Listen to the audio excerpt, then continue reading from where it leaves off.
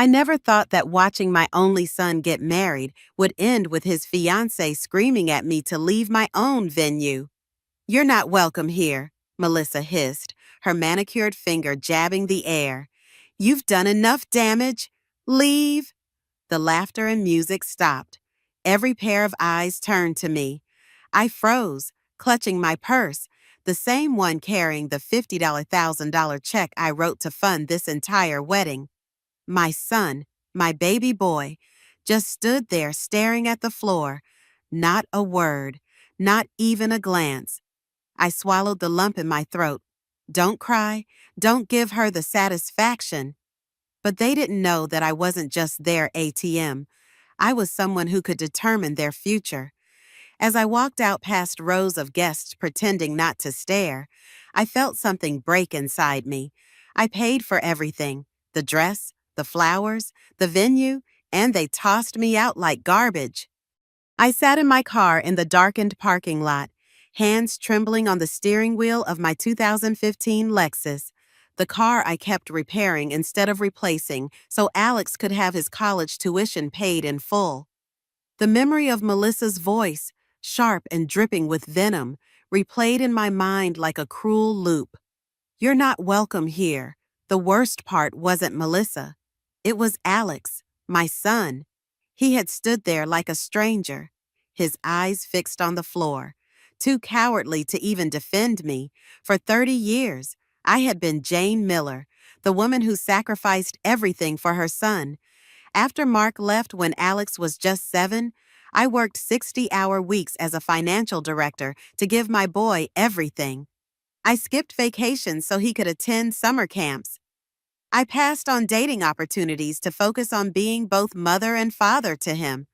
I even helped him secure his job at Westlake Properties, where I had connections from my years in financial services. "Mom, we'll pay you back for half once I get my promotion," Alex had promised as we toured the waterfront venue that cost more than my first house. His arm was wrapped around Melissa, her diamond engagement ring catching the light. I'd smiled and nodded, just happy to see my son so in love. Now, sitting alone in my car, that memory felt like ash in my mouth. My phone buzzed in the cup holder, lighting up with text after text. "Why did you leave? Are you okay?" "Don't make a scene, Jane." Not one message asking what they had done to me, not one person taking my side. A sob rose in my throat, but I swallowed it down. I wouldn't cry for them. Not tonight. Instead, I let the anger rise and harden inside me, solid and cold like steel. They thought I was weak because I stayed quiet. They thought they could humiliate me and still enjoy the fantasy wedding I'd built for them. No more. I grabbed my phone with shaking hands and pulled up the email from the wedding planner. My thumb hovered over her contact for a moment. Then I took a deep breath and hit call. The line rang twice before she answered, her voice chipper and professional. "Hi, Jane. I was just going over the final details for tomorrow. I'm canceling everything," I said flatly. There was a pause on the other end. I'm sorry. I said cancel everything. The venue, the vendors, the payments. I'm pulling out. "Jane, the contracts are under your name, but are you sure this is so last minute?" "I'm sure," I replied, my voice steadier now. "If I'm not welcome at this wedding, neither is my money." By the time I pulled into my driveway, my hands had stopped shaking. The anger had settled into something sharper. Determination. I sat at my kitchen table, flipping through the neatly labeled wedding binder I'd created for Alex and Melissa. Each tab was a reminder of my generosity. Venue, caterer, florist, photographer, entertainment. They had contributed nothing but Pinterest boards and entitled attitudes. Every invoice, every contract, every signature, mine. I looked at my reflection in the dark window. Jane Miller staring back at me, 62 years old, silver-streaked hair still in the elegant updo I'd paid $120 for at the salon this morning. lines around my eyes that spoke of years of worry and care. A woman who had always put everyone else first. Not anymore. I picked up the phone and started dialing. First, the venue. Hi, this is Jane Miller. I'm the contract holder for the Miller-Whitaker wedding tomorrow. Yes, of course. We're all set to. I'm canceling, effective immediately. There was a long pause. Ma'am, are you sure there's a substantial cancellation fee? That won't be necessary. I'm the one who paid the deposit, and I'm within my rights under the contract. Silence. Then a cautious reply. Understood. We'll process the termination. Click. Next, the florist. The same routine. Then the caterer. Then the photographer. Each time I felt my spine straighten a little more. With every call, the picture became clearer. Alex and Melissa hadn't just wanted my support. They had expected it, demanded it. The wedding wasn't theirs. It was mine, paid for, arranged, and held together by me. And if I wasn't welcome, neither was my money. As I ended the last call with the band, I allowed myself a small, cold smile. Tomorrow, they'd wake up thinking they were heading into their fairy tale. But there would be no flowers, no food, no music, nothing but the wreckage of their own entitlement. The house was silent except for the soft click of my mouse as I scrolled through my emails. I opened the PDF attachments one by one.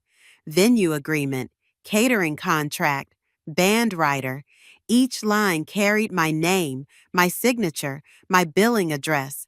They loved my money more than me. I thought bitterly. Weeks ago, Melissa had insisted, "We'll pay you back for half, I promise, as soon as Alex gets his promotion." That promise felt laughable now. I clicked open the florist contract and scanned the fine print. Cancellation by the client results in a forfeiture of the deposit. But I was the client, not Melissa, not Alex. A surge of vindication coursed through me. They couldn't call these vendors and magically reinstate anything. Without me, they were helpless. The sound of a car door slamming outside pulled me from my thoughts. I peeked through the blinds. Alex's car. My chest tightened as I watched him stride toward my front door. He moved with an urgency I hadn't seen in years. A sharp knock echoed through the house. "Mom, open up! We need to talk!" I didn't move. Another knock, louder this time. "Mom, I know you're in there." I sat perfectly still, my hands clasped tightly in my lap. Let him sweat. Let him wonder if I'd answer. He didn't get to demand my time anymore. After a minute, I heard his voice, angrier now, muffled through the door. "You can't do this. It's our wedding." My lips curled into the faintest smile. "No, Alex," I whispered to myself. "It wasn't yours. It never was." Looking back, the signs had always been there. I just chose to ignore them. The first time I met Melissa Fletcher, she'd given me a quick, assessing glance that made me feel like I was being priced rather than greeted. At 29, she was strikingly beautiful, with her sleek blonde bob and designer clothes. She worked in PR for a luxury real estate company, ironically, a competitor to the firm where Alex had just started as a junior associate. "It's so nice to finally meet you," she'd said, her smile not quite reaching her eyes. "Alex has told me so much about his amazing mom." I'd been flattered, eager to be liked by the woman my son loved. I'd invited them to dinner at my modest three-bedroom home in the suburbs, the same house where I'd raised Alex after Mark left. Melissa had glanced around with barely concealed disappointment. "Oh, it's cozy," she'd said, running a manicured finger along my 15-year-old dining table. When I served the pot roast I'd spent hours preparing, Alex's childhood favorite, she'd taken 2 small bites before claiming she was watching her carbs. Alex hadn't noticed. Or, if he had, he didn't care. He was too entranced by her beauty, her confidence, her social connections. Within 6 months, They were engaged, and suddenly I was thrust into wedding planning with a woman who viewed my budget-conscious suggestions as personal affronts. Jane, don't you think Alex deserves the best on his special day? She'd ask whenever I questioned the need for hand-calligraphed place cards or imported orchids. We only plan to do this once. What kind of wedding did you have? Jane, she'd asked me once, her voice syrupy sweet, small. I'd answered truthfully. Mark and I were young. We had a simple ceremony at my parents' church. What mattered was that we loved each other. She'd smiled that perfect smile. How quaint. But times have changed, haven't they? And Alex, my sweet boy, who once made me Mother's Day cards with glitter and dried pasta, he'd transformed into someone I barely recognized. Someone who checked his phone when I was mid-sentence. Someone who rolled his eyes when I mentioned the cost of things. Someone who always took Melissa's side, even when she was clearly wrong. Mom, stop being so old-fashioned, he'd say. Or worse, Mom, don't embarrass me. The wedding planning had been 9 months of subtle humiliations. Melissa forgetting to include me in dress shopping until I asked directly. Alex dismissing my suggestion for their first dance song because it was too dated. The engagement party where I'd been seated at a table with distant relatives while Melissa's college friends occupied the place of honor. I should have seen it coming. The rehearsal dinner was just the final act in a play that had been running for months. As I sat in my kitchen, ignoring Alex's pounding on my door, my phone buzzed with a text. Mom, please, you're overreacting. Melissa was just stressed. Don't ruin everything. I stared at the message, my vision blurring. Overreacting. After being publicly humiliated and thrown out of an event I had funded entirely, my phone buzzed again. Everyone's asking where you went. Just come back and we can fix this. Fix this, as if I were the problem that needed solving. Another text, this one from a number I didn't recognize. Jane, this is Lisa, Melissa's maid of honor. Melissa's really upset, and Alex is worried sick. Whatever happened, can't you put it aside for your son's big day? The audacity took my breath away. I turned my phone face down on the table. The knocking eventually stopped. I heard Alex's car start and drive away. But the silence that followed wasn't peaceful. It was charged with the kind of quiet that comes before a storm. I picked up my phone again and scrolled through older messages, seeing them with new eyes. Mom, can you increase the flower budget? Melissa's heart is set on peonies. Mom, the photographer we liked is available but needs a 50% deposit by tomorrow. Mom, Melissa's parents can't contribute as much as they thought. Can you cover the difference? Money. It always came back to money. My retirement savings, which I'd been carefully growing for decades, had been steadily depleted by this wedding.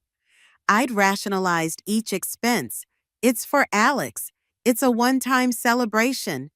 I want him to be happy. But now I wondered, did Alex even see me as a person anymore? Or was I just a checkbook with legs? The wedding binder on my table seemed to mock me. I flipped through it again, this time with a critical eye. Venue 15,000, catering 12,000, dress 6 and 500, flowers $4 800, photography 3 500, band 4 200, and countless smaller expenses that had somehow added up to over $50,000.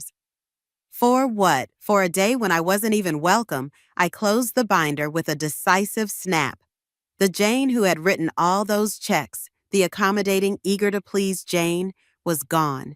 In her place was someone stronger, someone who refused to be used any longer.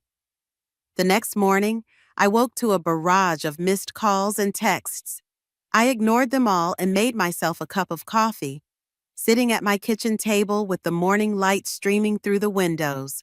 For the first time in months, I felt strangely at peace. The decision had been made. There was no going back. My doorbell rang at precisely 9:07 a.m. I knew it would be Alex again, and this time I decided to face him. I took my time walking to the door, smoothing my hair and straightening my shoulders. When I opened the door, Alex looked terrible. His face was pale, his hair disheveled, dark circles under his eyes suggesting he hadn't slept. "Mom," he said, his voice a mixture of anger and desperation. "What the hell? The venue just called. They say everything's been canceled." I stepped aside to let him in. "That's correct." He stormed past me into the living room, turning to face me with wild eyes. "What the hell? Mom, the wedding is today. People are flying in. Melissa is having a complete breakdown." I closed the door calmly and followed him into the living room. I was thrown out of the rehearsal dinner yesterday, in front of everyone. "Mom, Melissa was stressed. She didn't mean it. She told me I wasn't welcome, and you stood there and said nothing." Alex ran his hands through his hair. "I was trying not to make a scene." "While she was making one?" I asked quietly. "While she was humiliating me in front of every person we know." "You're blowing this way out of proportion," he said, pacing now. "It was a misunderstanding. Just call the vendors back. Tell them it was a mistake." I sat down on the sofa, my back straight. "No." Alex stopped pacing and stared at me. "What do you mean, no?" "I mean no, Alex. I'm not calling anyone. I'm not reinstating anything. The wedding is canceled." His face flushed with anger. "You can't do this. You have no right." "I have every right," I said, my voice steady. "Every contract is in my name. Every payment came from my account. If I'm not welcome at the wedding, neither is my money." "This isn't about money," he shouted. "Isn't it?" I looked him straight in the eye. "When was the last time you called me just to talk?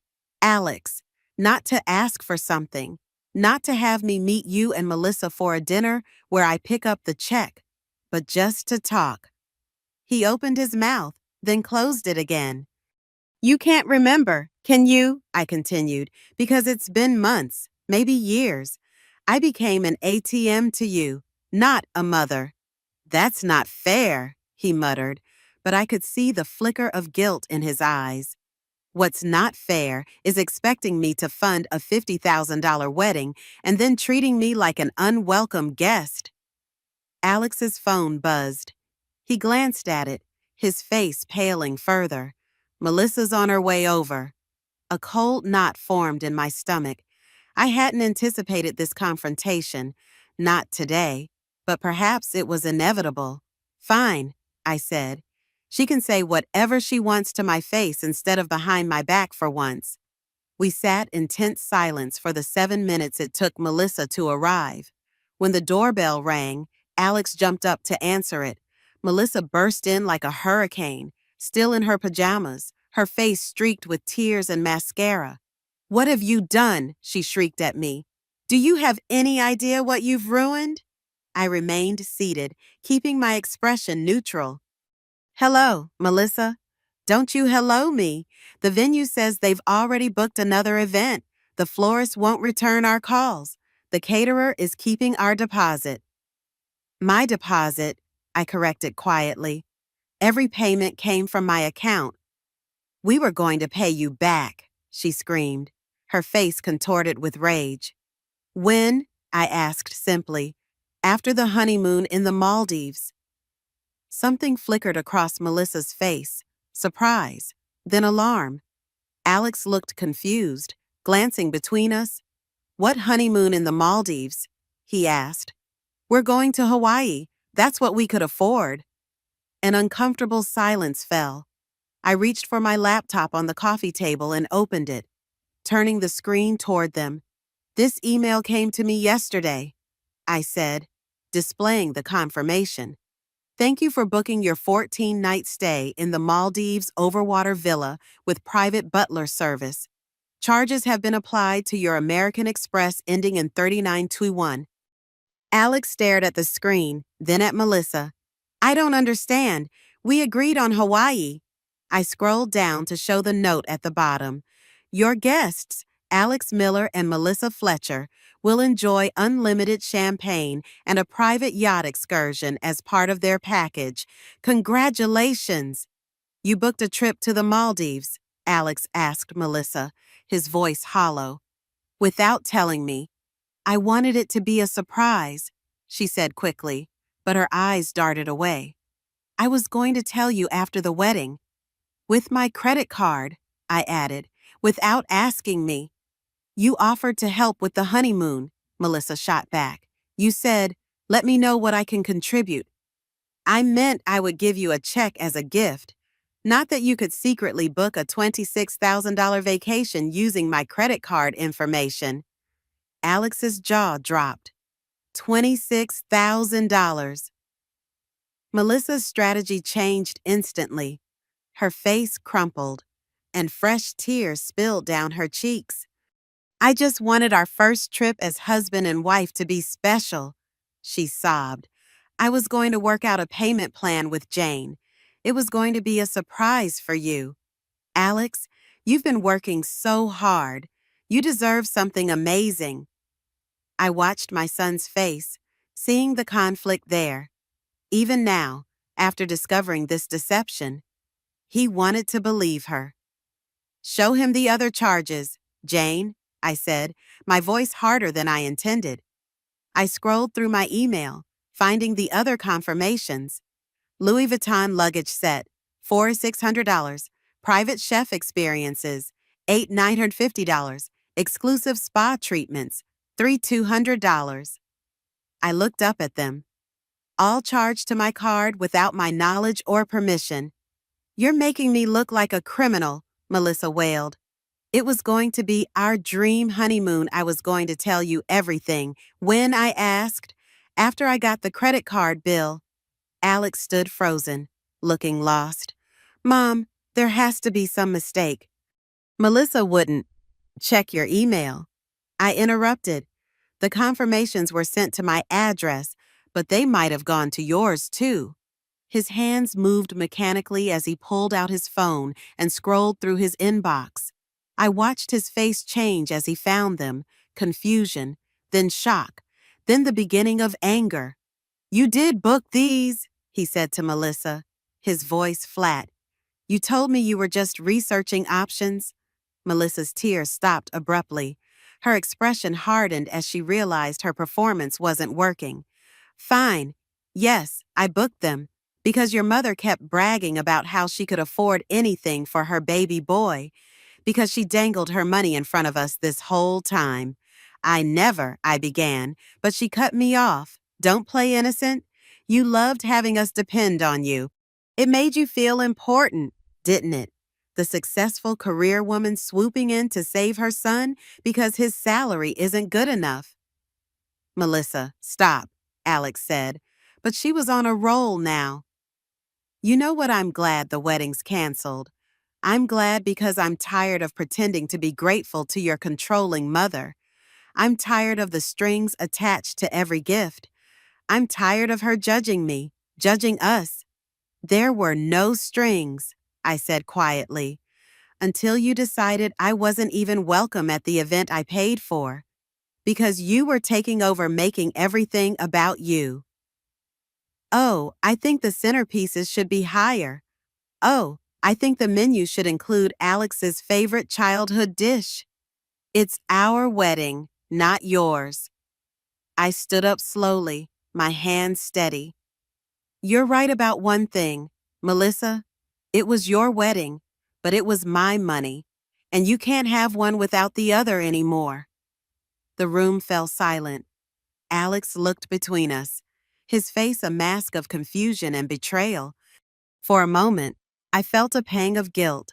He was caught between two women he loved, or thought he loved, and his world was crumbling. But then I remembered him standing there yesterday, eyes fixed on the floor as Melissa ordered me out. I remembered 30 years of sacrifices, of putting his needs before my own. I remembered how it felt to be dismissed, diminished, and discarded by my own child. I think you should both leave, I said. I have nothing more to say. Mom, please, Alex began, but I shook my head. No, Alex, for once, I'm putting myself first. I suggest you take some time to think about what kind of marriage you're entering into with someone who would secretly spend tens of thousands of dollars behind your back. Melissa grabbed her purse. This is exactly what I'm talking about. Always trying to come between us. Come on, Alex, we don't need her or her money. She stormed toward the door, but Alex didn't immediately follow. He stood looking at me, and for a brief moment, I saw a flicker of the little boy I'd raised, uncertain, seeking guidance. Alex, Melissa snapped from the doorway. The moment passed, his expression hardened, and he turned to follow her. You know what, Mom, he said, pausing at the door. Dad was right about you. Always controlling, always making everything about you. No wonder he left. The words hit like a physical blow. I staggered slightly, reaching for the sofa to steady myself. Alex, Melissa called again, impatient. He gave me one last cold look before walking out, slamming the door behind him. I sank onto the sofa, my hands finally beginning to shake. No wonder he left. Mark's abandonment, thrown in my face by the son I had sacrificed everything for. But even through the pain, a strange clarity was emerging. I had been used by my ex-husband, and now by my son and his fiancée, Asean. I had allowed it, encouraged it even, by always saying yes, by never setting boundaries, by measuring my worth by how much I could give. No more. I picked up my phone and dialed a number I hadn't called in years. Law Offices of Chen and Associates, a crisp voice answered. This is Jane Miller, I said, my voice steady again. I need to speak with Sarah Chen, please. It's urgent. One moment, Miss Miller. As I waited, I glanced at the wedding binder still open on my coffee table, a symbol of my generosity and of my exploitation. I closed it firmly. Jane, Sarah's familiar voice came through the line. It's been a while. What can I do for you?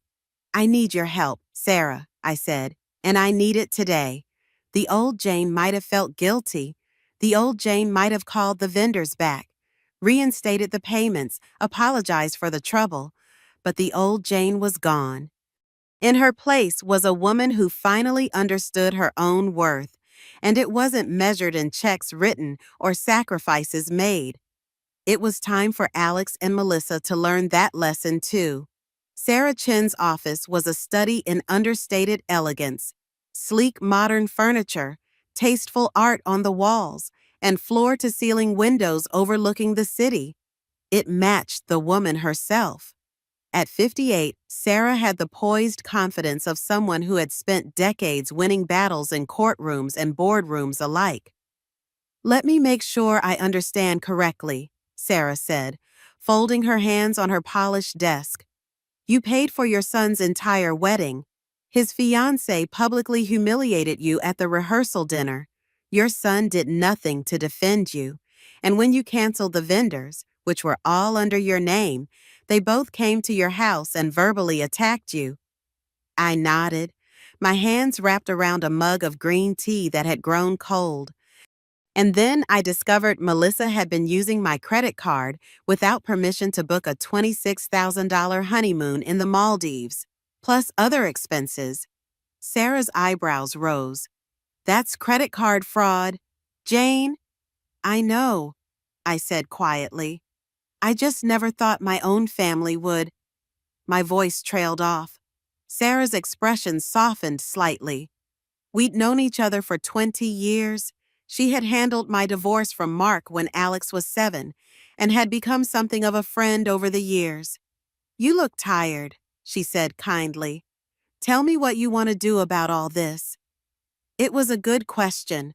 What did I want, revenge justice, or just to be left alone? I want to protect myself, I said finally. I want them to stop using me, and I want them to face consequences for once in their lives. Sarah nodded, making a note. First things first, we need to stop any further unauthorized charges on your credit card.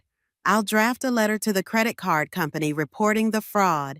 But it's my son's fiancé, I said, a lifetime of maternal instinct making me hesitate. Sarah gave me a steady look. Jane, if a stranger had stolen your card information and charged $26,000, would you hesitate to report it? She was right, of course. No, I admitted. Then why does Melissa get special treatment? Because she's marrying your son. That doesn't give her the right to steal from you. Put that way, it seemed so simple. I nodded. You're right, do it. Next, we should address the social media issue. I blinked. What social media issue? Sarah turned her computer monitor toward me. On the screen was Melissa's Instagram page. My heart sank as I read the latest post, accompanied by a photo of Melissa with tear-streaked cheeks and perfectly tousled hair. I never thought my future mother-in-law would destroy our wedding out of jealousy and spite. My heart is broken. After all we've done for her, she's trying to ruin the happiest day of our lives. Please pray for us as we try to rebuild what she tore down.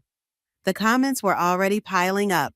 Wow, what kind of mother does that? Cut her off. She sounds toxic. So sorry. Melissa, stay strong. A fresh wave of anger burned in my chest as I scrolled. Every word was a lie. After all we've done for her, I had paid for her dream wedding. I had written checks for her designer dress, her overpriced venue, her hand-picked caterer, and now she was painting me as the villain. Another notification popped up, this time from Instagram. Melissa had posted a photo of her and Alex embracing, captioned, "We will not let hate win. Family is who supports you, not who tears you down." Hundreds of likes, dozens of supportive comments. I felt my hands shake, not from grief, but from fury. "This is defamation," Sarah said calmly. "She's making false statements about you that harm your reputation. We can address this in our cease and desist letter." "She's turning everyone against me," I said, scrolling through more comments. Friends I'd known for years were comforting Melissa, condemning me without even hearing my side. "People believe what they want to believe," Sarah replied, "and a young, crying bride makes for a sympathetic victim. But the truth has a way of coming out." She took the phone gently from my hands and set it down. "Now, let's talk about your financial entanglements with Alex. Do you have any joint accounts?" I nodded reluctantly. "One, I opened it when he started college. I've kept it active in case of emergencies." Sarah tapped at her keyboard. "Current balance. Around $22,000, I think. I haven't checked recently." She turned the monitor back toward me, showing my online banking portal. The account balance read 8273.42. "That can't be right," I said, leaning forward. "There should be more than that." Sarah clicked on the transaction history. There it was, a withdrawal of $7,500 just 3 weeks ago, right after I had paid the venue deposit. "Did you authorize this withdrawal?" Sarah asked, though she clearly knew the answer. "No," I whispered, the betrayal cutting fresh and deep. "I haven't touched that account in years. It was for Alex's emergencies." "It seems he considered the wedding an emergency," Sarah said dryly. "Jane, we need to freeze this account immediately before it's emptied completely." For a moment, my hands hovered over the keyboard. That account had been my way of saying, "I'll always be here for you." But that promise didn't mean the same thing anymore. "Do it," I said quietly. Sarah nodded. "Consider it handled." She reached for her phone and began issuing instructions to her paralegal. Her voice was steady, professional, unbothered. Exactly the kind of calm I needed right now. As I listened to her dictate the cease and desist letter, something strange settled over me. I wasn't shaking. I wasn't crying. I wasn't even angry anymore. For the first time in weeks, I felt steady. Alex and Melissa had taken enough from me. My money, my dignity, my role as a mother. They wouldn't take another thing. Sarah ended the call and looked at me with a faint smile. You've done everything right, Jane. If they want a wedding, they'll have to pay for it themselves. I let out a slow breath. Let them try. My phone buzzed with a call. Linda, my sister-in-law, Mark's sister. I hesitated, then answered. Jane, what on earth is going on? Linda's voice was tight with disapproval. Alex called Mark in tears. Something about you canceling the wedding. Of course, Alex would call his father. Mark, who had walked out on us when Alex was 7. Mark, who had missed school plays and baseball games and graduation. Mark, who sent birthday checks instead of visits. Yes, I canceled it, I said simply. How could you do that to your own son? Linda demanded. Do you have any idea how embarrassing this is for everyone? Less embarrassing than being thrown out of my own venue in front of 50 guests, I replied. There was a pause. What are you talking about? I realized then that Alex had told his father, and by extension, Linda, a carefully edited version of events, one where I was the villain, not the victim. Ask Alex to tell you what happened at the rehearsal dinner, I said. Ask him why I wasn't welcome at the wedding I paid for. Jane, you've always been difficult, Linda said, lowering her voice as if imparting a confidence. But this is your son's wedding day. Can't you just be the bigger person? There it was again. Be the bigger person. Code for swallow the insult. Write the check. Stay quiet. I've been the bigger person for 30 years. Linda, I said. I'm tired of it. This isn't like you, she said, sounding genuinely confused. No, I agreed. It isn't like the old me, but it's exactly like the new me. I ended the call before she could respond. Sarah was watching me with something like approval in her eyes. Well done, she said.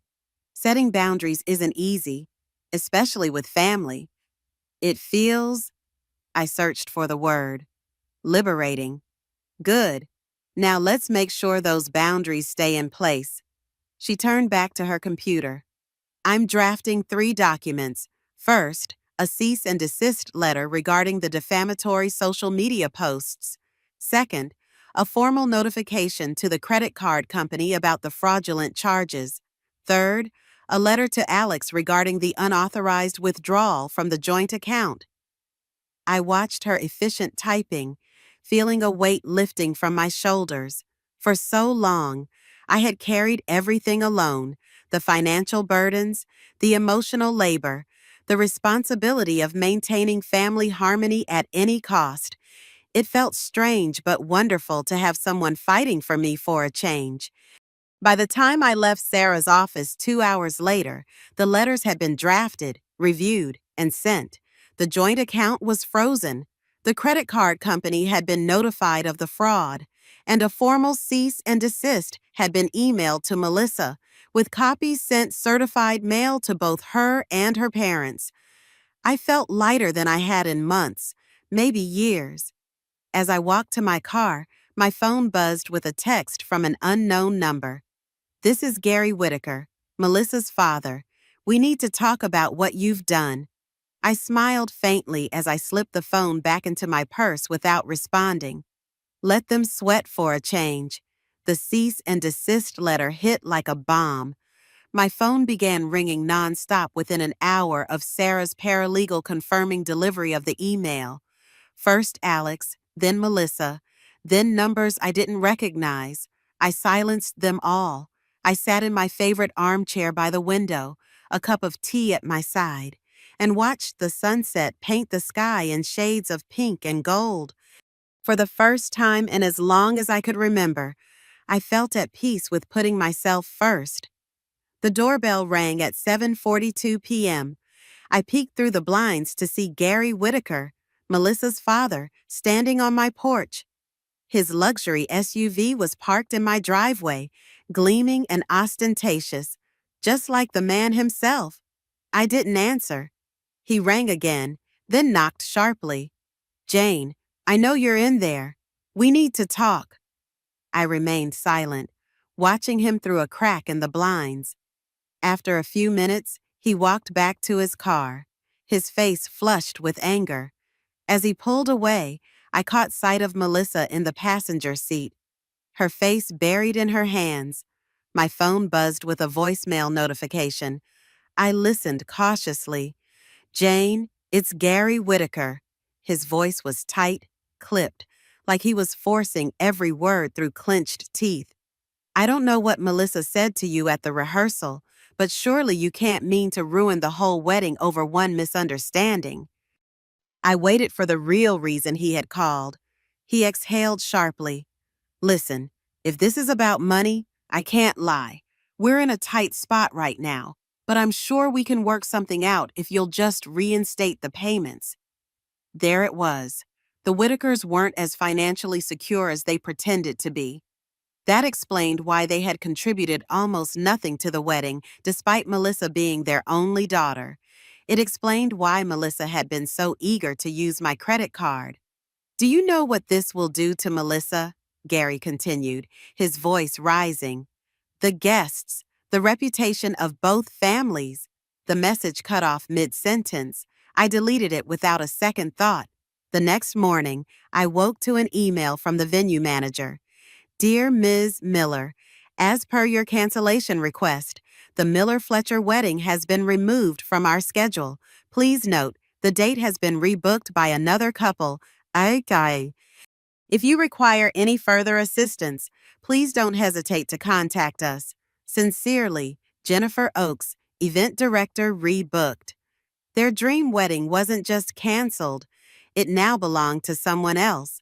For a moment, I pictured Melissa scrolling through Pinterest, screaming at Alex while her parents sat helpless on their couch. But I didn't feel satisfaction. I felt nothing. Throughout the day, the calls and texts continued.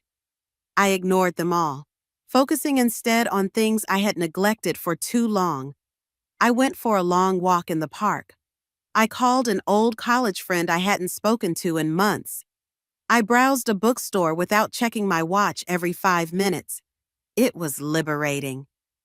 The email came late Sunday night. I almost didn't open it. The subject line alone made my stomach turn. Let's put this behind us. I clicked anyway. Mom, we've decided to forgive you for everything that's happened. I know emotions were high and people said things they didn't mean. Melissa and I talked it over, and we're willing to let you come to the wedding if you can behave and not make things awkward. This is our day, and we'd appreciate it if you didn't make it about you. Let's move forward as a family. Alex, I stared at the screen, my jaw slack. Forgive me. A laugh burst out of my throat before I could stop it. It started small, sharp, but grew until I was clutching my sides, shaking with bitter amusement. Forgive me, after I funded their fairy tale, after Melissa threw me out of the rehearsal like some hired help, after Alex stood there silent while I was humiliated in front of everyone. They thought I needed forgiving. I wiped a tear from the corner of my eye, not from sadness, but from laughing too hard. I hit reply and hovered my fingers over the keyboard, but I didn't type a single word. They didn't deserve a response. Instead, I closed the laptop and pushed it aside. They could keep their little fantasy of control. I was done playing the fool. When my phone rang at 11:15 p.m., I answered without checking the caller ID, assuming it was yet another plea from Alex or one of the Whitakers. Jane, it's Maria. I smiled, genuinely this time. Maria had been my closest friend since our days together in business school. Unlike most of my social circle, she had no connection to Alex or the wedding drama. Maria, it's good to hear your voice, I said, meaning it. Likewise. Listen, I just saw the strangest thing on Facebook. Melissa, that's your son's fiancée, right? She's posting all these tearful updates about you canceling their wedding. What on earth is going on? I took a deep breath and told her everything.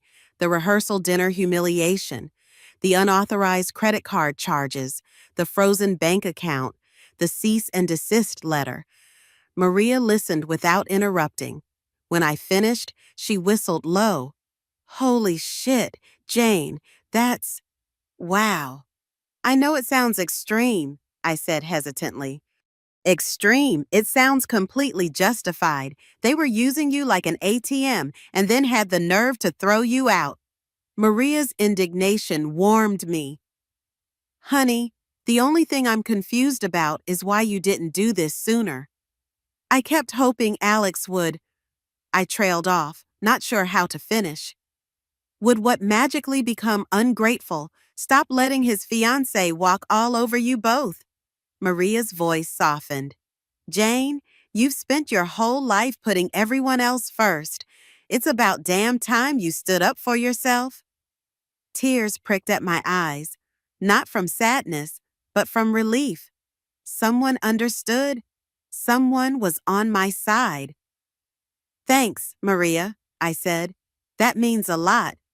So, what are you going to do now? She asked, on what would have been the wedding day. I hadn't thought that far ahead. The wedding was scheduled for Saturday, just 6 days away. I don't know, I admitted. Stay home and feel sorry for myself. Probably. Absolutely not, Maria declared. You're coming with me to the spa. I've had a reservation at Lakeside Resort for months. It was supposed to be for my anniversary. But Stephen has to travel for work. So it's girls' weekend now. Massages, facials, wine by the infinity pool. Say yes. For a moment, I hesitated.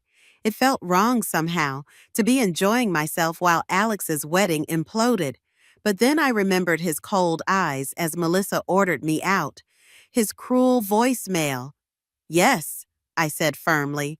That sounds perfect. Maria laughed. That's my girl. Pack something nice. That resort has a fantastic restaurant. We'll drink champagne and toast to your liberation. After we hung up, I sat for a long time, turning my phone over in my hands. Then I did something I'd never done before. I turned it off completely and placed it in a drawer. Whatever chaos was unfolding in Alex and Melissa's world, I didn't need to witness it.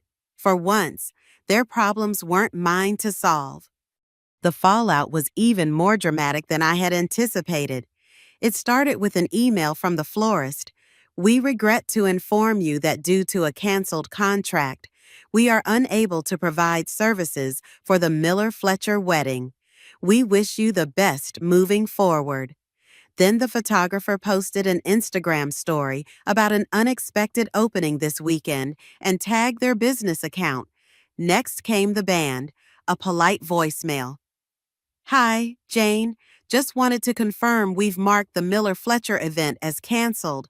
Thanks for letting us know. The dominoes were falling one after another. By Friday morning, the wedding was in shambles.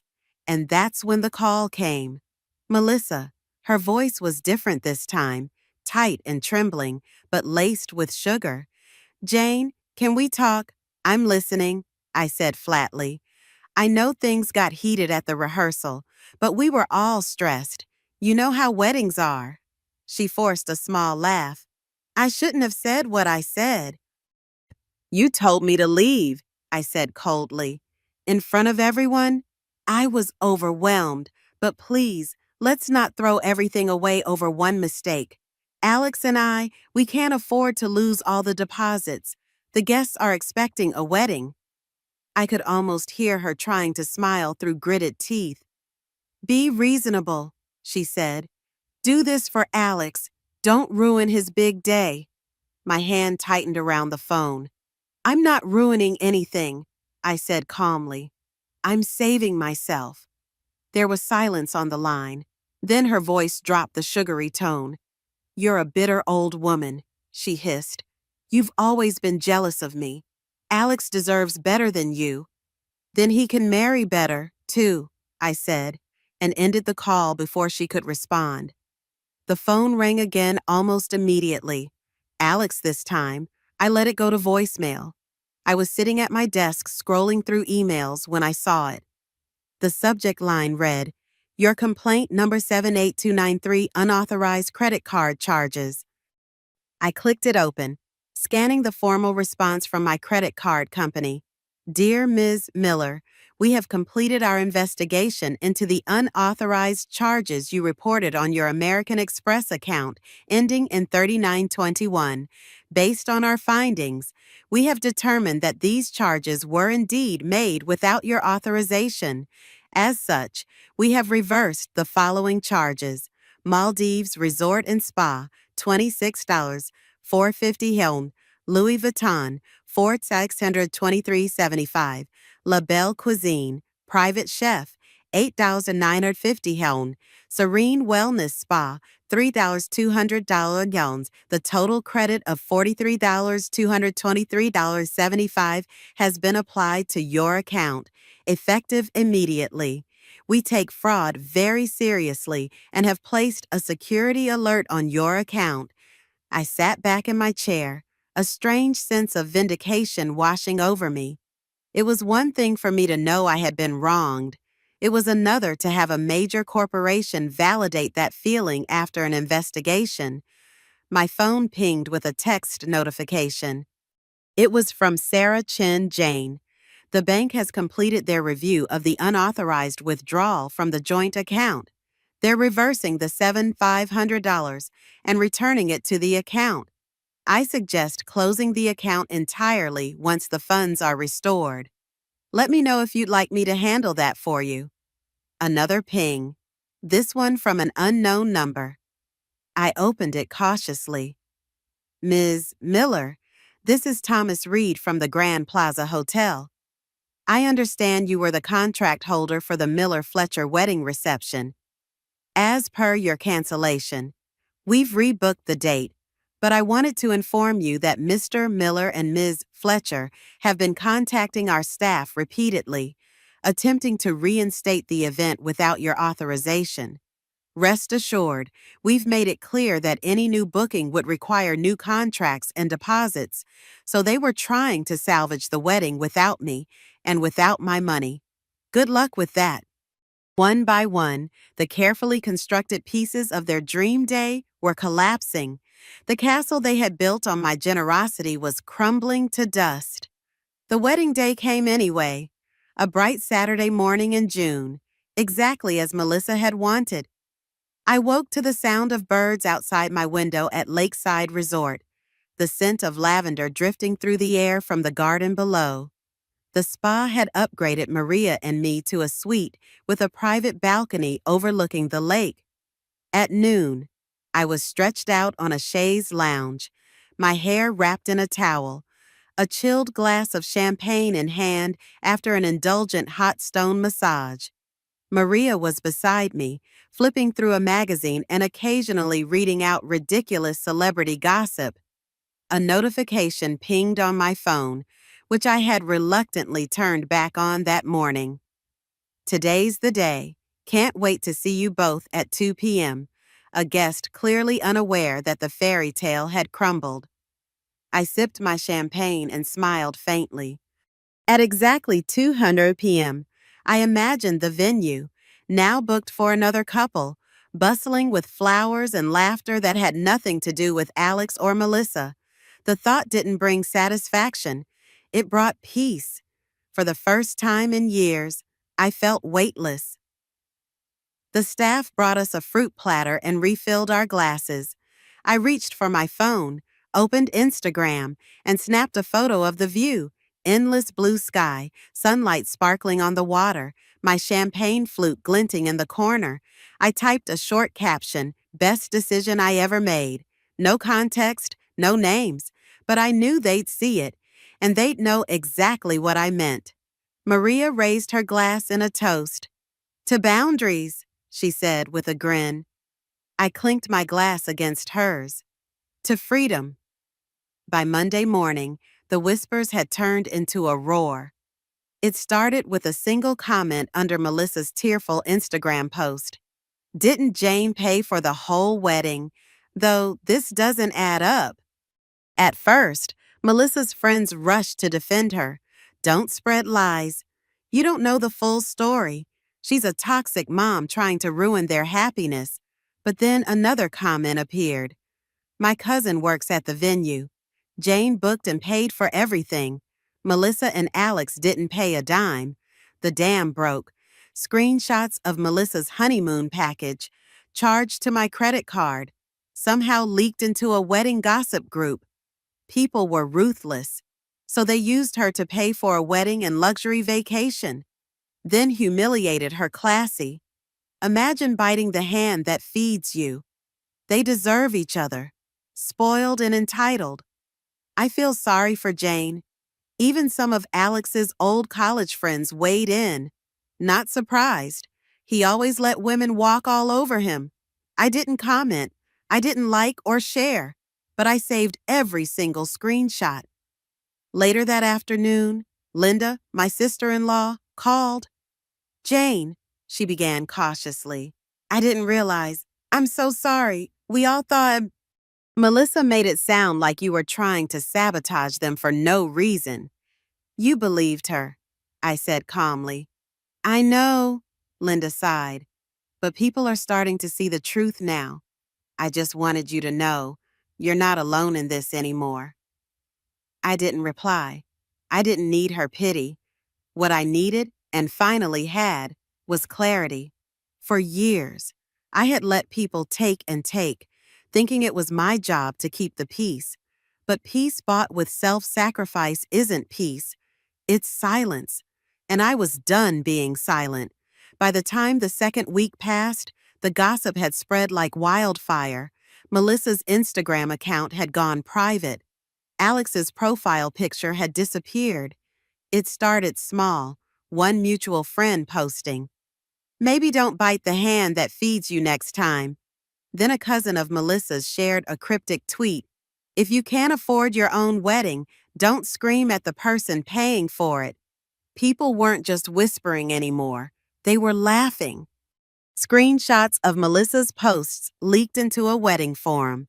Brides and strangers alike ripped her apart. She ruined her own wedding by being a brat. Sounds like she thought her MIL was her sugar mama. The entitlement is unreal. Who throws out the person funding the whole event? Even vendors joined in. A florist posted anonymously. We warned her that her mother-in-law was the contract holder. She didn't care. She thought she was above consequences. I didn't say a word. I didn't defend myself. I didn't need to. The truth had a way of crawling out on its own. By the end of the month, Alex and Melissa's guest list had evaporated. Friends stopped answering their calls. Their dream wedding was the talk of the town, not as a celebration, but as a cautionary tale. And me, I was sitting on a balcony 2 states away, watching the sun dip below the horizon with a glass of wine in my hand. Maria had convinced me to extend our spa weekend into a proper vacation. You deserve it after 30 years of putting everyone else first. I posted one quiet photo, my feet propped up, the ocean stretching out endlessly before me. The caption simple, "Happiness looks better on me." I didn't check for likes or comments. I didn't care if Alex saw it or Melissa or any of the relatives who had once called me dramatic. This wasn't for them. This was for me. The next morning, my phone buzzed. Alex. I stared at the screen for a long moment before pressing decline. A text followed. Can we talk? We made mistakes. I turned off the phone and set it face down on the table. For years, I had let people pull me into their storms. Now, I chose peace, and peace meant never stepping back into their chaos again. They thought they could humiliate me and still live off my generosity. They were wrong. 3 weeks after what should have been Alex and Melissa's wedding day, I returned home to find my mailbox stuffed with cards and small packages.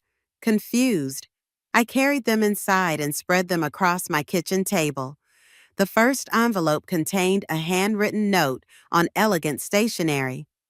Dear Jane, you don't know me, but I'm part of a Facebook group for mothers of adult children. Your story has been shared among us, and I just wanted to tell you how much your courage has inspired me. I've spent years letting my daughter and her husband take advantage of my generosity, afraid that setting boundaries would mean losing them. Watching you stand up for yourself gave me the strength to finally say no when they asked me to refinance my house to buy them a vacation property. Thank you for showing us that it's never too late to reclaim your dignity. With gratitude, Eleanor P. I blinked in surprise. The next card contained a similar message, as did the next, and the next. Women from across the country, most of them strangers, writing to thank me for inspiring them. Some had enclosed small gifts, scented candles, bookmarks, packets of gourmet tea. Somehow, my private family drama had become public, morphing into something larger than itself. I wasn't just Jane Miller, the mother who canceled her son's wedding. I had become a symbol for women reclaiming their power after years of being taken for granted. It was both touching and unsettling. My phone rang, Maria calling for our weekly check-in. Have you seen it? She asked without preamble. Seen what? Oh my God, you haven't? Go to Facebook right now. There's a group called Standing with Jane with over 20,000 members. What? I nearly dropped the phone. Why would anyone? Because your story touched a nerve. Jane, there are thousands of women out there who've been in your shoes. Maybe not the exact situation, but the pattern. Giving and giving until there's nothing left, only to be discarded when they're no longer useful. I logged onto Facebook with shaking hands. Maria was right. There it was, a group with my name in the title, filled with posts from women sharing their own stories of financial and emotional exploitation by adult children, in-laws, and partners. This is overwhelming, I murmured. It's what happens when someone finally says what everyone's been thinking. Maria replied, You've become a folk hero for middle-aged women everywhere. I never wanted that, I said honestly. I just wanted to be treated with basic respect. And that's exactly why people are connecting with your story. You weren't asking for the moon. You were asking for the bare minimum of human decency. And when you didn't get it, you refused to continue enabling bad behavior. It's powerful. As we spoke, I scrolled through the group, reading post after post from women who had found themselves in similar situations. My son expected me to babysit his 3 kids 5 days a week, unpaid, while he and his wife went on 3 vacations last year. When I asked for 1 day off to attend my friend's retirement party, they called me selfish. My daughter and son-in-law lived in my basement for just 3 months that turned into 2 years. They contributed nothing to utilities or groceries, but ate out at expensive restaurants twice a week. I drained my retirement account to help my son start his business. 3 years later, he refused to invite me to the company Christmas party because I'm not professional enough for his image. Each story reflected the same pattern: generosity exploited, boundaries trampled, and love weaponized to extract more sacrifice. What am I supposed to do with this? I asked Maria, genuinely at a loss. Nothing, if you don't want to, she said. You don't owe these people anything. But if you're comfortable with it, maybe your experience could help others set healthier boundaries before they reach their breaking point. I considered this. I had spent my entire life trying to be invisible, the supportive mother, the reliable colleague, the accommodating friend. The idea of becoming a public figure, even in this limited way, was terrifying, but something about these messages touched me deeply. These women saw themselves in me. Maybe I could help them see the strength in themselves. I'll think about it, I told Maria after we hung up. I continued reading the cards that had arrived in the mail. One in particular caught my eye, a simple note card with a sunflower on the front. Inside, in neat handwriting, Dear Jane, you don't remember me, but I was at the rehearsal dinner. I'm the cousin of Melissa's college roommate. I witnessed what happened, how cruelly you were treated, and I was ashamed that I said nothing. When the truth about who paid for everything came out, I felt even worse for my silence. Your dignity in the face of such disrespect was remarkable. Thank you for showing me what quiet strength looks like. Sincerely, Rebecca Thompson. I traced my fingers over the words. Someone had been there, someone had seen, and while they hadn't spoken up in the moment, they had noticed, and it had affected them. Maybe that was enough. My doorbell rang, startling me from my thoughts. I approached cautiously, peeking through the peephole. Linda stood on my porch, shifting nervously from foot to foot. I hesitated, then opened the door. Jane, she said, her expression contrite. I hope I'm not intruding. That depends on why you're here, I replied, not unkindly, but not inviting her in either. I wanted to apologize, properly, in person. She lifted a gift bag she was carrying. And to bring you this, it's not much, just a peace offering. I stepped back, allowing her inside. We moved to the living room, an awkward silence settling between us. Linda had been my sister-in-law for nearly a decade before Mark left. After the divorce, our relationship had become strained but cordial, Christmas cards and occasional phone calls, but little genuine connection. I was wrong, she said finally, setting the bag on the coffee table. I believed Alex without question. I assumed you were being difficult because that's what Mark always said about you. I arched an eyebrow. Did he now? She had the grace to look embarrassed. I'm sorry. I should have known better. Mark isn't exactly the most reliable narrator when it comes to relationships. She paused.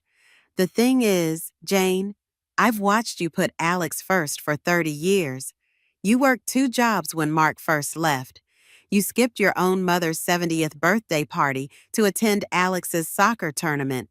You've never been selfish a day in your life. People change, I said softly. No, Linda shook her head firmly. They don't. Not fundamentally. You've always been generous and kind. The only thing that's changed is that you finally realized you deserve the same treatment in return. Her words washed over me, unexpectedly healing. Linda, who had known me since I was a young bride, who had witnessed my marriage crumble and my struggle as a single mother, she saw me clearly now. Thank you for that, I said. Don't thank me. I should have stood by you from the beginning. She pushed the gift bag toward me. Open it. Inside was a beautiful leather-bound journal with my initials embossed on the cover. I thought maybe you could write your story. Linda explained. The real story. Not the version everyone else has been telling about you. It might be therapeutic. I ran my fingers over the smooth leather, surprisingly touched. That's very thoughtful. There's something else you should know, Linda said, her voice dropping slightly. Mark is furious with Alex. This surprised me. Mark, why? He finally got the full story, not just from Alex, but from one of Melissa's relatives who knows my hairdresser. She rolled her eyes at the small-town connection. When he found out what really happened at the rehearsal dinner and about the credit card fraud. Let's just say there was a very heated phone call. I tried to picture this. Mark, who had rarely disciplined Alex during our marriage, taking him to task over his behavior toward me.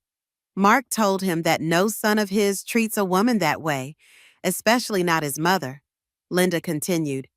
He said Alex was raised better than that. A bitter laugh escaped me before I could stop it. That's rich, coming from Mark. Linda's lips twitched in reluctant amusement. I may have pointed out the irony myself, but still, I thought you should know. Not everyone is taking their side anymore. As Linda left, I stood in the doorway watching her drive away, the journal clutched in my hands. The world had shifted subtly around me. People who had once dismissed my feelings were now defending them.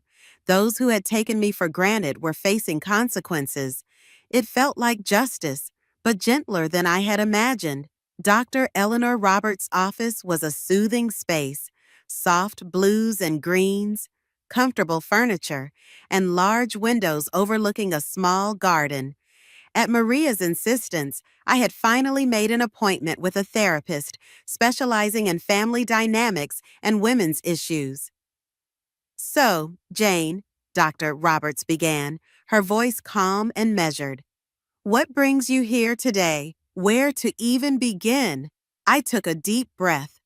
I canceled my son's wedding after his fiancée humiliated me at the rehearsal dinner. And now I seem to have accidentally started some kind of movement on social media. Dr. Jers, Roberts's expression remained neutral, but her eyes crinkled slightly at the corners. That's quite an opening statement. Let's start with how you're feeling about all this. Confused, I admitted. Part of me feels strong and certain.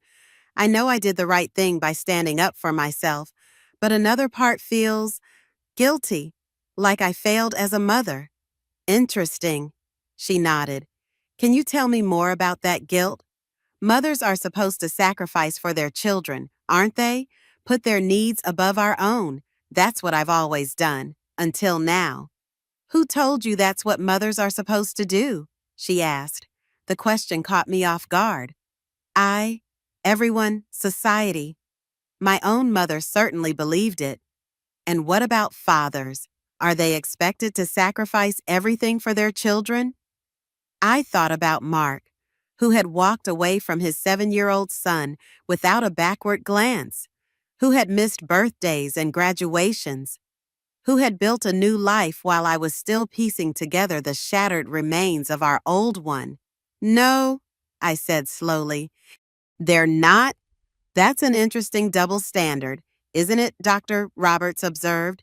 Let me ask you something else. When did you learn that your worth as a person was measured by how much you could give to others? The question hit me like a physical blow. Memories cascaded through my mind. My mother exhausted but still cooking elaborate meals for my father's colleagues. My mother-in-law pulling me aside on my wedding day to whisper, remember, quiet women make the best wives. Don't make waves. My own silent tears as I worked night shifts to afford Alex's braces, while Mark posted photos of his European vacation with his new girlfriend. I was taught that from the beginning, I said softly. But I think I really learned it when Mark left. I was so determined to prove that we would be fine without him, that I could give Alex everything he needed, that we didn't need anyone else. Dr. Goer, Roberts nodded thoughtfully. And in trying to prove that, what did you teach Alex about relationships? I frowned. Not following? What do you mean? If you constantly gave without requiring anything in return, respect, gratitude, reciprocity, what message did that send to Alex about how relationships work, about how people should treat each other? The realization dawned slowly, painfully. I taught him that love means taking whatever is offered without having to give back. You can't buy love, Jane, Dr. Roberts said gently. And when you try, you don't teach your son about love. You teach him about transactions. I sat with that uncomfortable truth for a long moment. Had I, in my desperate attempt to compensate for Mark's absence, inadvertently taught Alex that relationships were about what you could get from others, rather than mutual respect? The irony, I said finally, is that I thought I was protecting him from becoming like his father. But maybe I just created a different kind of problem. That's a powerful insight, Dr. Roberts acknowledged. And it's not too late to correct the course. By setting boundaries now, even in this dramatic way, You're actually teaching Alex something important about respect and consequences. If he's willing to learn, I sighed. That's not within your control, she reminded me. You can only be responsible for your own actions and reactions, not for how others receive them. Over the next hour, we delved deeper into my patterns of self-sacrifice and people-pleasing. Dr. Sir Roberts helped me see how my identity had become so wrapped up in being Alex's mother that I had lost sight of who Jane was, her own needs, desires, and boundaries. Homework for next time, Dr. Roberts said as our session was ending. I'd like you to make a list of things you enjoy doing purely for yourself, things that have nothing to do with being a mother or an employee or any other role, just activities that bring you joy. I stared at her blankly. I'm not sure I know what those are anymore. She smiled kindly. That's exactly why this exercise is important. Start small. Maybe there was something you loved doing before life got so busy. A hobby, an interest. As I drove home, I tried to remember what I had enjoyed before motherhood and career had consumed me. I had played tennis in college. I had loved photography. I used to spend hours in bookstores, losing myself in historical fiction. When had I stopped doing those things? When had I decided I didn't deserve time for myself? At a red light, I made an impulsive decision. Instead of turning left toward home, I went right toward Riverside Park, where I used to walk when Alex was a baby. I parked the car and stepped out into the late afternoon sunshine. The park was filled with families, joggers, people walking dogs. I found a bench overlooking the river and sat down, just watching the water flow past. It was so simple, sitting still, observing the world, yet it felt like a luxury I hadn't allowed myself in years. My phone buzzed in my purse. I almost ignored it, but something made me check the screen. Alex, Mom, can we talk? Please, in person. I've made terrible mistakes. I stared at the message for a long time. Part of me wanted to ignore it, to continue the peaceful separation I had established. But another part, the part that would always be his mother, no matter what, wanted to hear what he had to say. Not ready for that yet. I typed finally, still processing everything. His response came almost immediately. I understand. When you're ready, I'll be here. I'm sorry, Mom. More than I can say in a text. I put the phone away without responding. Whatever conversation we needed to have, it wouldn't be resolved through messages. And I wasn't ready to face him yet. Not until I was stronger in my new boundaries. Not until I was sure I wouldn't slip back into old patterns at the first sign of his contrition. As I sat watching the sunset paint the river in shades of gold and pink, I realized something important for the first time in decades. I was putting my own healing first, and it felt right. The call came on a Wednesday afternoon, 6 weeks after what should have been Alex and Melissa's wedding day. I was in my garden, tending to the tomato plants I had impulsively purchased the previous weekend, part of my new commitment to finding small joys. Jane Miller speaking, I answered, not recognizing the number. Jane, it's Mark. I nearly dropped the phone. My ex-husband and I had communicated solely through lawyers or brief texts about Alex for the past 23 years. Direct calls were unprecedented. Mark, I said neutrally, this is unexpected. I know. His voice sounded older than I remembered, more graveled. I'm in town. I was hoping we could meet. There are some things I need to say to you. In person. My first instinct was to refuse. What could Mark possibly have to say that would matter to me now? But curiosity won out.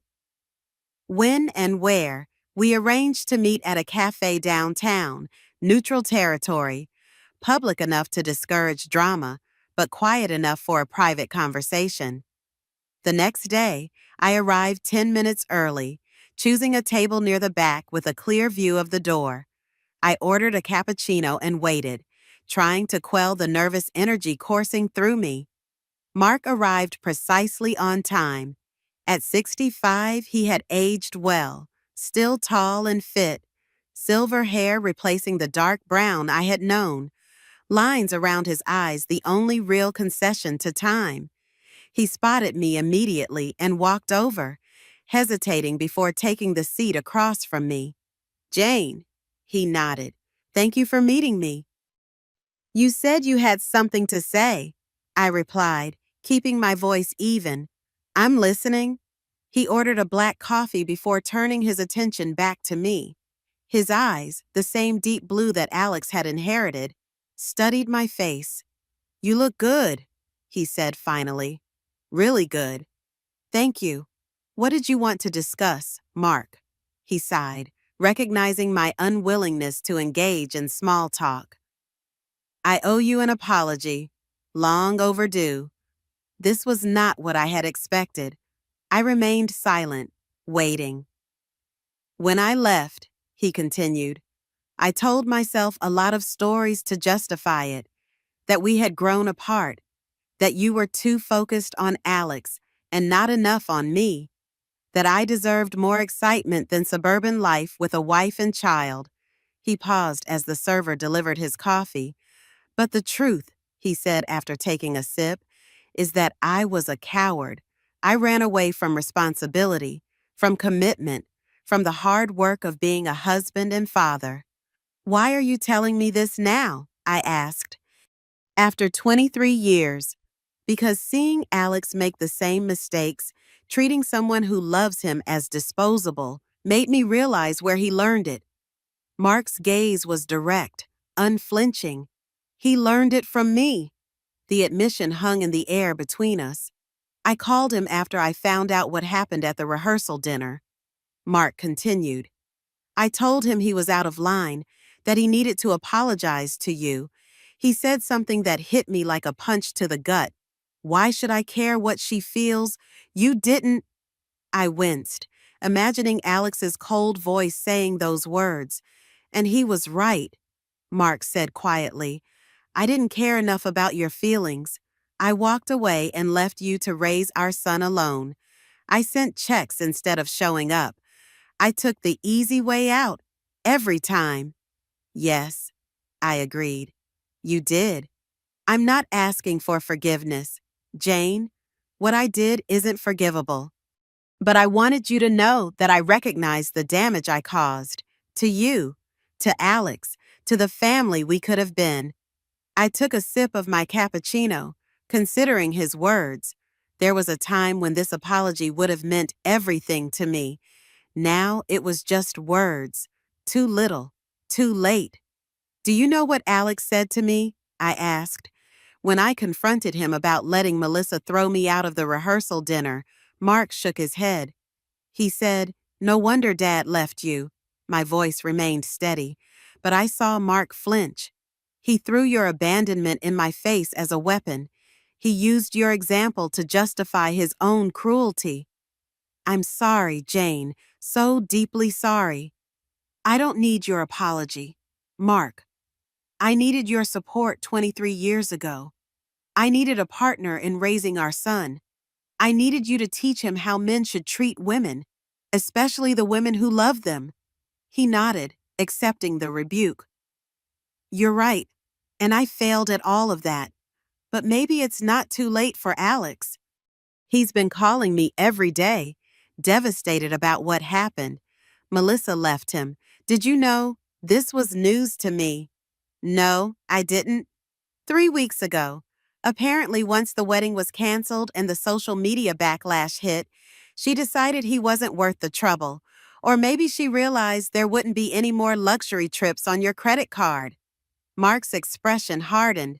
"She moved to Chicago, already dating someone new, according to her Instagram." I felt a complicated mix of emotions. Vindication, yes, but also sadness for Alex. Despite everything, he was still my son, and I didn't want him to hurt. Alex is a mess, Mark continued. He lost his job, too. The company didn't appreciate being associated with the wedding scandal. He's staying at my place temporarily. What do you want from me, Mark? I asked directly. Nothing. You've given enough. He met my gaze. I just thought you should know that your actions had consequences, appropriate ones, and that maybe, if you're ever ready, there might be a chance to rebuild something with our son, not the same relationship as before, something healthier. That would require significant changes on Alex's part, I said. I know, and he knows it too, now, the hard way. Mark hesitated. There's something else. I've been thinking about what I can do to make amends, in some small way. I can't change the past, but I can try to do better now. He reached into his jacket pocket and pulled out an envelope, sliding it across the table. What's this? I asked, not touching it. The title to my lake house. I'm signing it over to you. I stared at him in disbelief. Your lake house. Why would you? Because you earned it, he said simply. While I was building my career and my new life, you were sacrificing everything for our son. That house should have been half yours in the divorce anyway. If I'd been fair, consider it 23 years of back payments on what I owe you. I left the envelope untouched. I don't want your house, Mark. Then sell it, donate the money, whatever you want. But it's yours now. He pushed back from the table. I should go. Thank you for hearing me out. As he stood to leave, I found myself asking the question that had haunted me for decades. Why did you never try with Alex? I mean, why were you content with being a distant figure in his life? Mark paused, his expression pained. Because I knew I didn't deserve him. Or you. Walking away was easier than facing how badly I had failed. He gave a sad smile. Cowardice again. It's been the defining feature of my life. After he left, I sat for a long time, the untouched envelope before me. Mark's apology hadn't healed old wounds, but it had answered questions I had carried for years. There was a certain peace in that. When I finally left the cafe, I took the envelope with me. Not because I wanted Mark's lake house, but because accepting it felt like closing a chapter that had remained unfinished for too long. The next day, I received a text from Alex's mom. I heard you met with Dad. Can we talk? Please, this time, I was ready. Saturday, 2 p.m., we can meet at Riverside Cafe. His response was immediate. I'll be there, thank you. In the days leading up to our meeting, I thought carefully about what I needed from this conversation. Dr. Roberts had helped me outline clear boundaries and expectations. This wasn't about punishing Alex, but it also wasn't about sweeping his behavior under the rug. Saturday arrived with clear skies and mild temperatures. I dressed carefully, not to impress, but to remind myself of my own worth. A tailored blouse, comfortable slacks, the silver earrings I had bought myself on my 60th birthday. Alex was already at the cafe when I arrived, seated at a corner table with 2 cups of coffee. He stood as I approached, his face a mixture of hope and apprehension. Mom, he said softly. Up close, I could see the toll the past weeks had taken.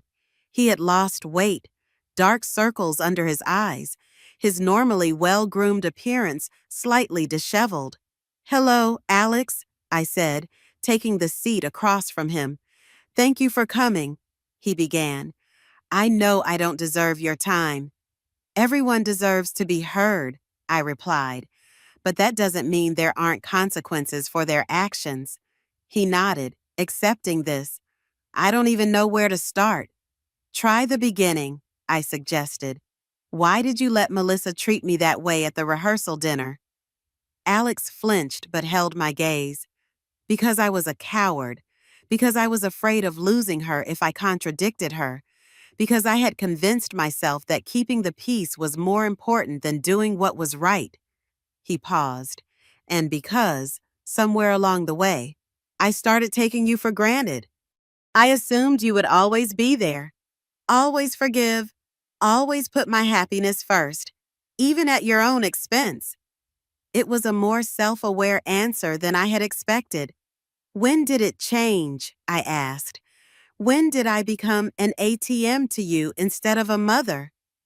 Alex's eyes glistened with unshed tears. I don't know. It happened so gradually. Melissa, she had big dreams, expensive tastes. We were always stretching beyond our means, and you were always there, offering to help. So you started expecting it, I finished for him. Yes, he admitted, and then resenting it, perversely enough, resenting that we needed your help, that I couldn't provide the lifestyle Melissa wanted on my own. It was easier to be angry at you than to admit I was failing. I sipped my coffee, giving myself time to process his words. There was genuine remorse in his voice, but words were easy. Actions were what mattered. Melissa left, he said after a moment, 3 weeks ago. Your father mentioned that. She said I wasn't who she thought I was. A bitter laugh escaped him. Apparently, she was expecting someone who would stand up to his mother, not someone who would let her walk all over us. The irony wasn't lost on me. So she disrespected me for giving too much, then left you for not fighting when I stopped. Pretty much. Alex stared into his coffee. I lost my job too. The company said the social media scandal reflected poorly on them. I'm sorry about that, I said, and meant it. What will you do now? I'm staying with Dad until I figure things out, sending out resumes. He hesitated. And I've started therapy, twice a week. This surprised me. That's good, Alex. Dad's idea. Actually, he said we both needed to break the cycle of taking the women in our lives for granted. A ghost of a smile crossed his face. I think he's trying to make up for lost time. Being a father now? Better late than never, I observed. Mom, Alex said, his voice cracking slightly. I know I'm sorry doesn't begin to cover it. What Melissa and I did, the way we treated you, the credit card fraud, all of it. It was inexcusable. I don't expect forgiveness, but I hope someday we might find a way back to some kind of relationship, a healthier one.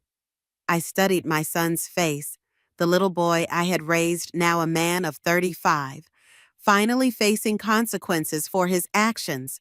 I felt a complex mixture of emotions, lingering hurt, yes, but also a cautious hope.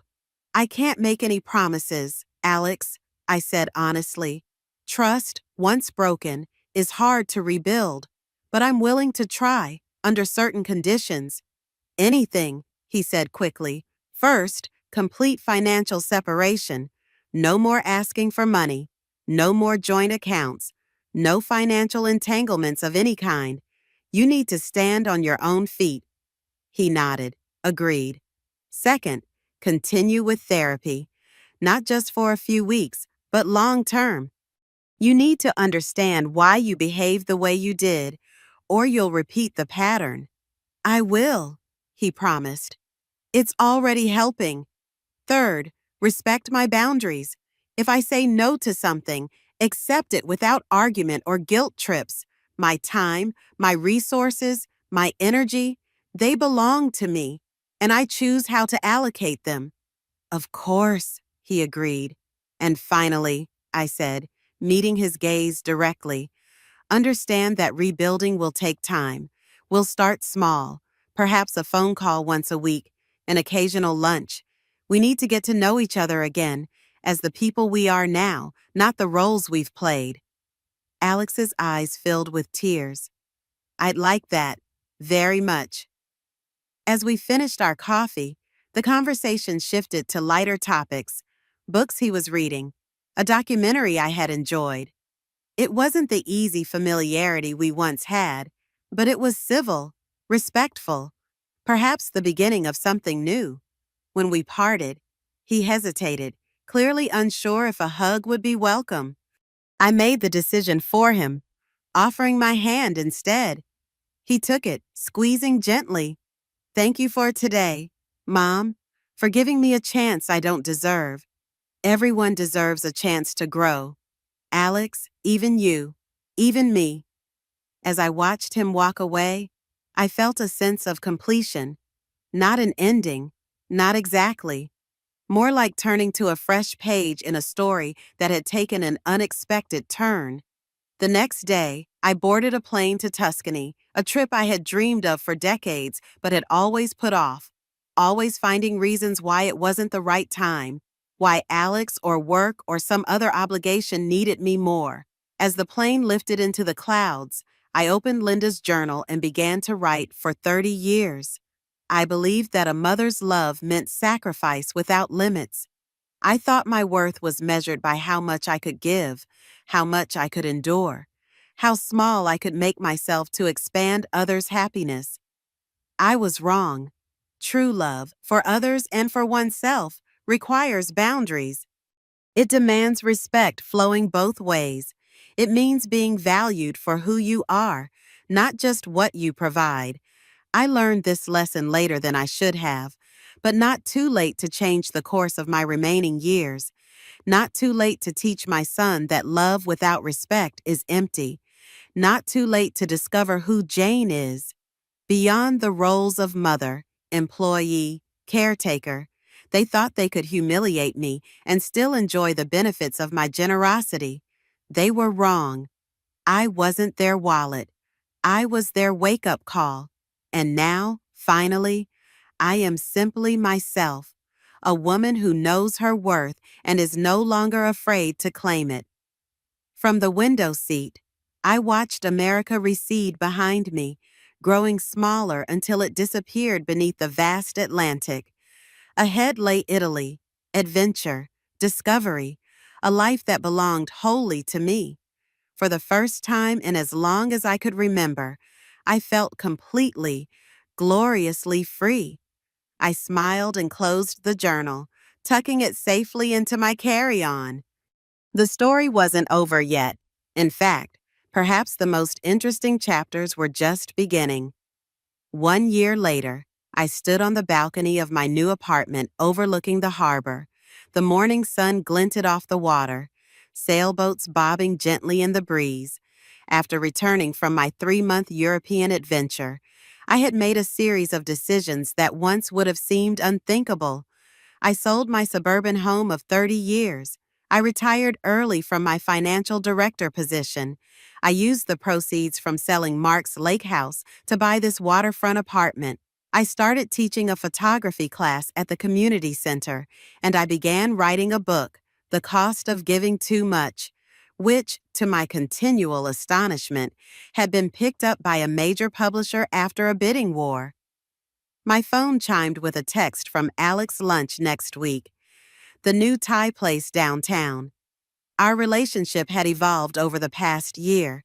Still careful, still bounded by clear expectations, but genuine. He had found a new job, a modest apartment, and even began dating again, this time a kindergarten teacher with a practical nature and kind eyes. Sounds good. Tuesday works for me, I replied. Another text arrived, this one from Maria Jane. Just saw your interview on Morning View. You were brilliant. Call me later. XOXO. I smiled, still bemused by my unexpected public platform. The viral nature of my story had led to speaking engagements, podcast interviews, and now a book, all focused on helping women recognize their worth and establish healthy boundaries. You're not just telling your story, my publisher had said. You're giving voice to millions of women who have silently endured the same exploitation. It was a responsibility I took seriously. A knock at the door interrupted my thoughts. The delivery I had been expecting, framed prints from my recent photography exhibit. Women of a certain age, featuring portraits of vibrant, accomplished women over 60. As I hung the centerpiece photo, A striking black and white self-portrait capturing both my vulnerability and strength. The doorbell rang again. Dr. Roberts stood in the hallway, smiling warmly. Ready for our walk? What had begun as therapy had evolved into friendship after our formal sessions concluded.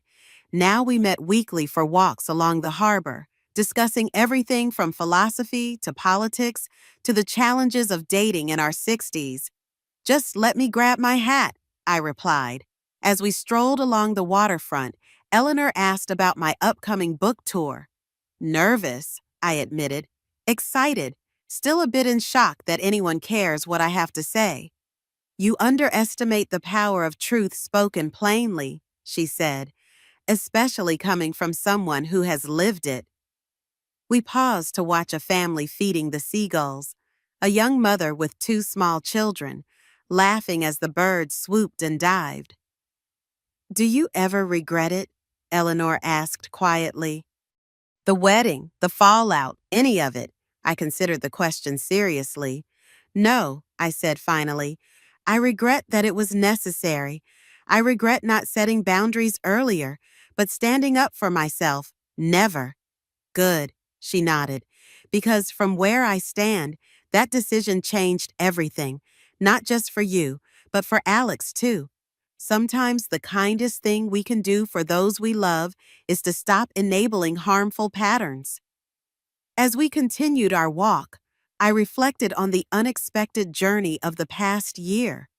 What had begun as a moment of humiliation had transformed into a catalyst for change. Not just in my life, but in the lives of women who saw their own struggles reflected in mine. My phone buzzed with another text notification. A photo from a woman in Texas who had written to me months ago, struggling with an entitled son and demanding daughter-in-law. The picture showed her standing proudly in front of a sold sign on her large suburban home.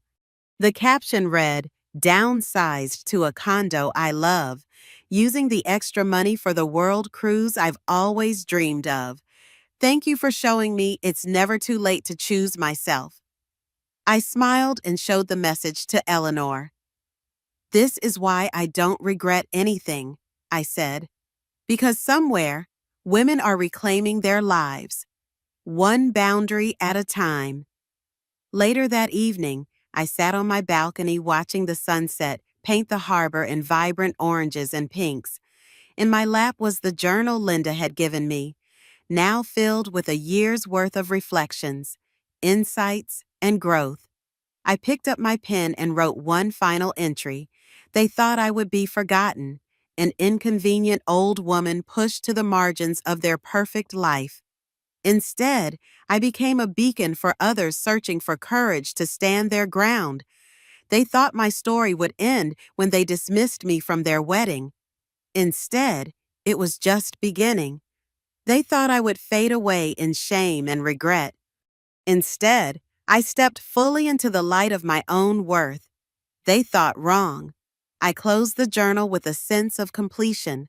The past was settled, the present was rich with purpose, and the future stretched before me, open, unwritten, and entirely my own. I wasn't their wallet. I wasn't their doormat. I wasn't defined by what I could give to others. I was Jane Miller, and that was more than enough.